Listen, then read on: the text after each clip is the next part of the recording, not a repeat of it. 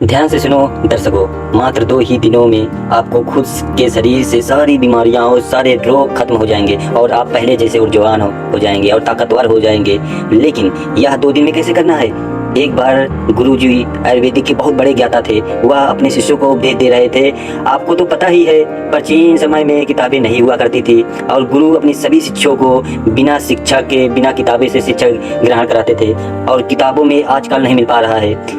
गुरु सभी शिष्यों के कह रहे हैं कि बच्चों, क्या आप सभी लोगों को पता है कि लंबे समय तक स्वस्थ कैसे रह सकते हैं? तो उनके शिष्यों ने गुरुदेव से हमें पता नहीं, लेकिन आप हमें इसके बारे में विस्तार पूर्वक मुझे बताइए। गुरु ने कहा कि एक छोटा सा नियम है जो हमें अनेकों बीमारियों से दूर रखता है। हम लंबे समय तक जवान रह सकते हैं। जो व्यक्ति इस नियम का पालन करता है वह वृद्ध अवस्था में भी युवा दिखाई पड़ता है। उसे चेहरे पर तेज रहता है, उसकी त्वचा में एक चमक रहती है, वह हर समय ऊर्जा से भरपूर रहता है। और जो व्यक्ति इस नियम का पालन नहीं करता है वह भरी जवानी में ही वृद्ध दिखाई देने लगता है।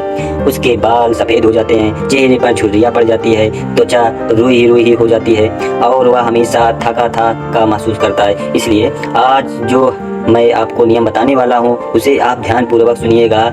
यह एक छोटा सा नियम आपका पूरा जीवन को बदल सकता है। तभी एक शिष्य ने कहा कि गुरुदेव, वह नियम सरल है, क्या उससे हम सभी आसानी से अपना सकते हैं? शिष्य की बात सुनकर मुस्कुराए, बोले, हाँ, यह नियम बहुत सरल है और हर व्यक्ति अपना सकते हैं। तुम यह अपना सकते हो, नियम बहुत आसान है, बस तुम्हें इसका ठीक से पालन करना आना चाहिए। तभी वह शिष्य बोला कि गुरुदेव, लेकिन वह नियम क्या है? तब गुरु ने बताया कि वह नियम मैं भूखा सोना चाहिए रात में। और गुरु का बात शिष्य सुनकर घबरा गया। गुरुदेव जी, आप क्या कर रहे हैं? भूखा सोने के लिए आप कर रहे हैं? मुझे तो इस नियम का पालन तो नहीं होगा, क्योंकि देखो मैं भूखा नहीं रह सकता। शिष्य की बात सुनकर फिर मुस्कुराए गुरुदेव। बोले, पहले तुम मेरी पूरी बात तो सुनो और समझो। तुम्हें थोड़ी देर बाद समझ में आएगा। और रात में भोजन मत करो और सुबह अच्छे से भोजन करो। शिष्यों से कहा गुरुदेव ने, आप सभी लोग मेरी बात को ध्यान पूर्वक सुनो। फिर गुरु ने बताना शुरू किया। अब अपने जीवन में जो भी शैली का बदलाव किया है, जिन नियमों का पालन किया है, उन सभी के आज से नियम महत्वपूर्ण है। यह आपको बहुत लाभ देगा। यह नियम कोई कठिन नियम नहीं है, आप सरलता से इसका पालन कर सकते हैं। इसके लिए सबसे पहले आपको इसके बारे में पता होना चाहिए कि हमारे शरीर में प्राण शक्ति होती है जो हमारे सभी कार्यों को संपादित करती है। जैसे कि जब हम भोजन करते हैं तो प्राण शक्ति हमारे भोजन को पचाने में लग जाती है। हम कोई दिमाग का कार्य कर रहे होते हैं तो उस समय वह प्राण शक्ति उसी दिमागी कार्य को ठीक तरीके से संचालित करने में लग जाती है। जब हम दौड़ रहे होते हैं तो जो प्राण शक्ति होती है वह कार्य करती है। वह प्राण शक्ति हमारे हर कार्य को संपादित करती है। लेकिन यह एक बात है समझने की है कि प्राण शक्ति केवल एक समय में एक ही कार्य कर सकती है।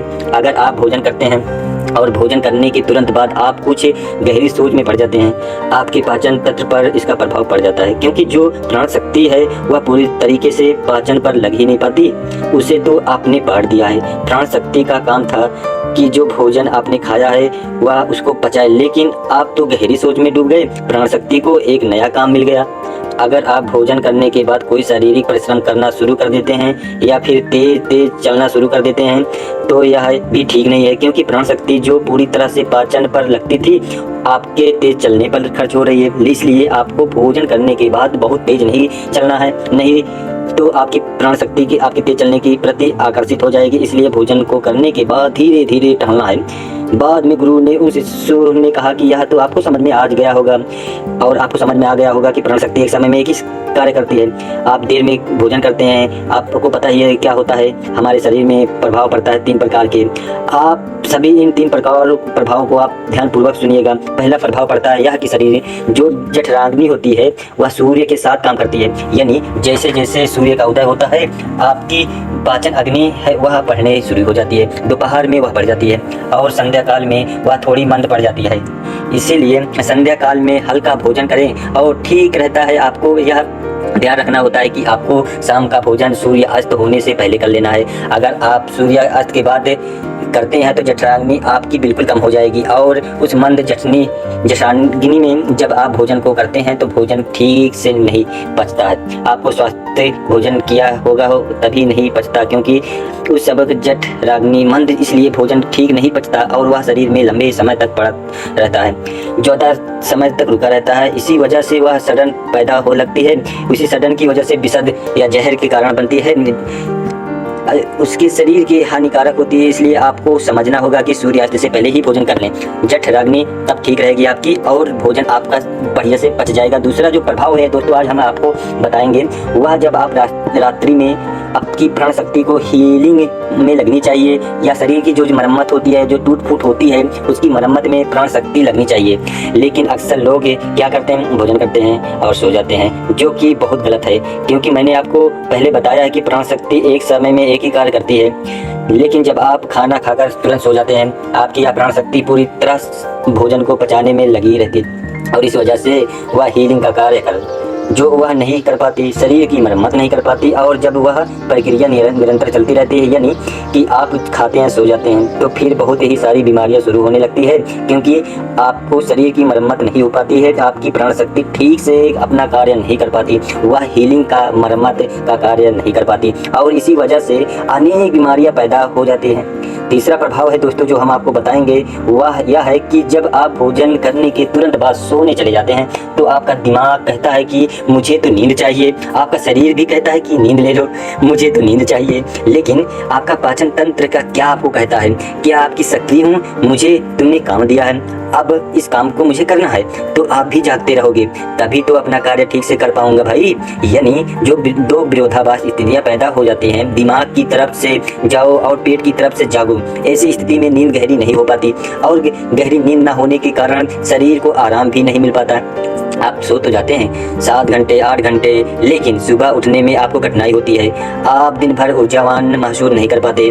और ऐसा इसलिए होता है क्योंकि रात भर प्राण शक्ति मरम्मत शरीर की नहीं हो पाती और हीलिंग का काम नहीं कर पाई और जठराग्नि उसकी प्राण शक्ति पूरी तरह से पाचन तंत्र पर केंद्रित रही। उसने पूरी रात भोजन को पचाने में ही अपना समय दिया और फिर जैसे आप सुबह उठते हैं तो एक कुछ खा लेते हैं और इसी वजह से बार बार खाने के हमारी प्राण शक्ति पूरी तरह से पाचन पर ही लगी रहती है और शरीर की दूसरे कार्य मंद पर पड़े रहते हैं, जो कि शरीर के लिए बहुत जरूरी थे।